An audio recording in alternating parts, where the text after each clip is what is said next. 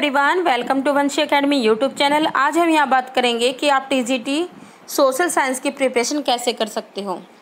यहाँ पे हम बात करेंगे सब्जेक्ट वाले पार्ट की। देखिए, DT+B टीजीटी सोशल साइंस का आपका ऑनलाइन एग्ज़ाम होना है। टीजीटी सोशल साइंस मेल की जो है आपकी डेट अनाउंस हो गई है। टीजीटी सोशल साइंस फीमेल की जल्द ही आपको डेट देखने को मिलेगी कि आपका एग्ज़ाम कब होगा।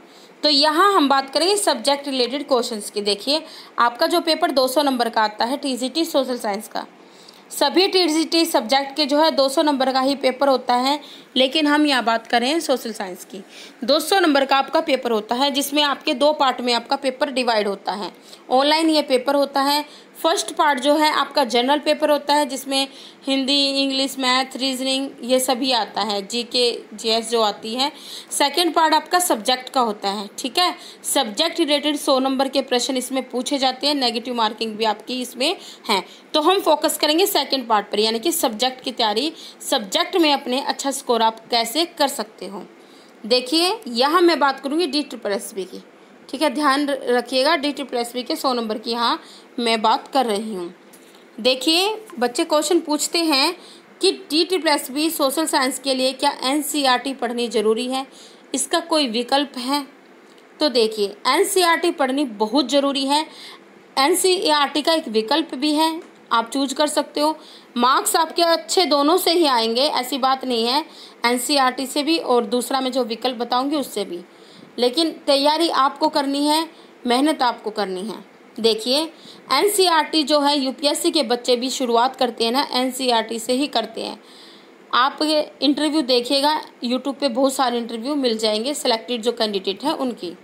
देखियो, आपको जो है सोशल साइंस के लिए history,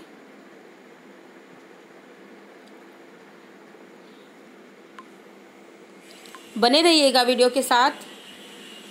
history, geography, pol science, economics ये पढ़ने की ज़रूरत होती है, ठीक है। अब देखिए, सोशियोलॉजी से भी कुछ प्रश्न पूछे जाते हैं, उसको भी थोड़ा ध्यान में रखना। History, geography, pol science, political science और इकोनॉमिक्स। तो आप सिक्स्थ से 10th तक की जो है, 6th से 10th तक की आप ये बुक्स पढ़िएगा, ठीक है।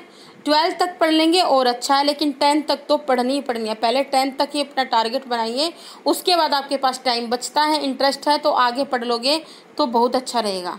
तो कौन सी NCERT आपको पढ़नी बहुत ज़रूरी है, इन बुक की कौन सी जो है जो आपकी ज़्यादा इम्पोर्टेंट है, ये भी बता देती हूँ।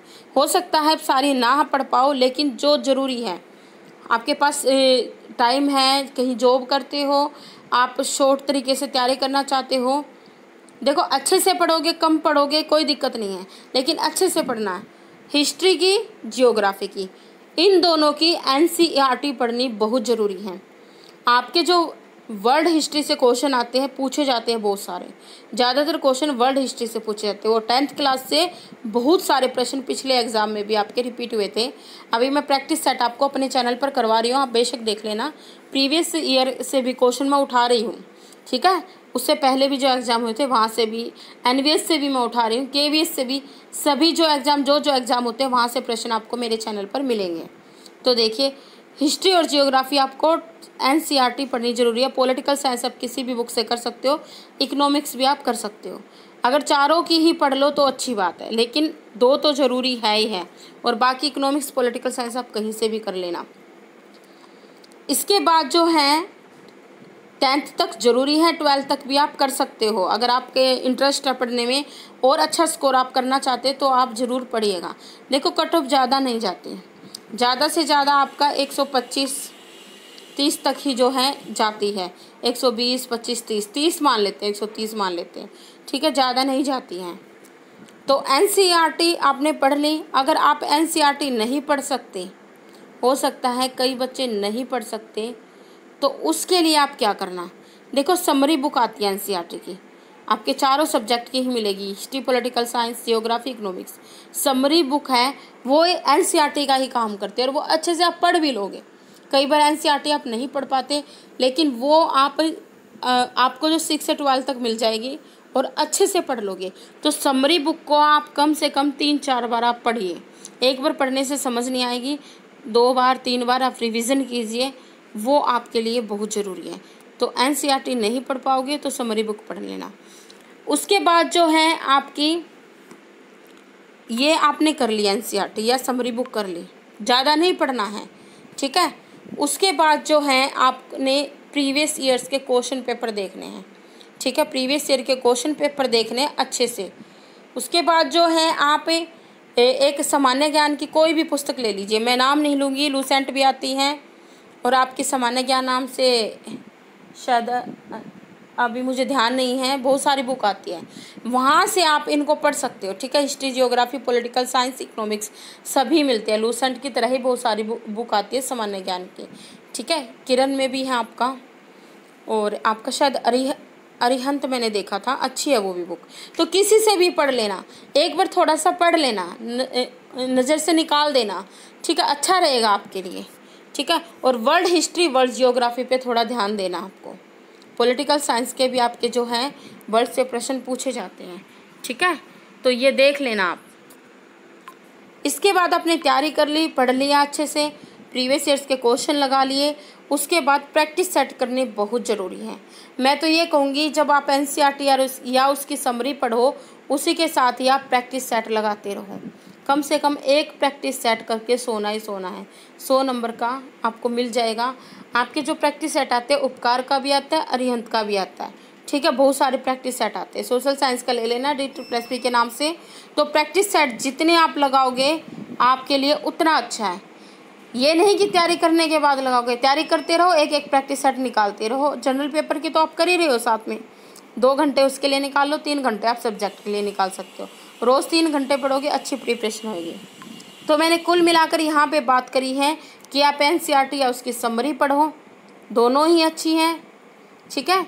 उसके बाद जो है कोई भी सामान्य ज्ञान की पुस्तक ले लीजिए, बुक ले लीजिए, जिसमें आपकी हिस्ट्री, पॉलिटिकल, जियोग्राफी सभी हो। ये आपके जनरल पेपर में भी हेल्प करेगा, ठीक है। जो जीएस का आपका पार्ट आता है, सेक्शन आता है, उसमें भी ये हेल्प करेगा आपकी जो सोशल साइंस है, ठीक है। उसके बाद आप प्रीवियस ईयर्स के क्वेश्चन और आप जो हैं अपनी प्रैक्टिस सेट अच्छे से लगाइएगा, आपको कोई नहीं रोक सकता सिलेक्शन लेने से।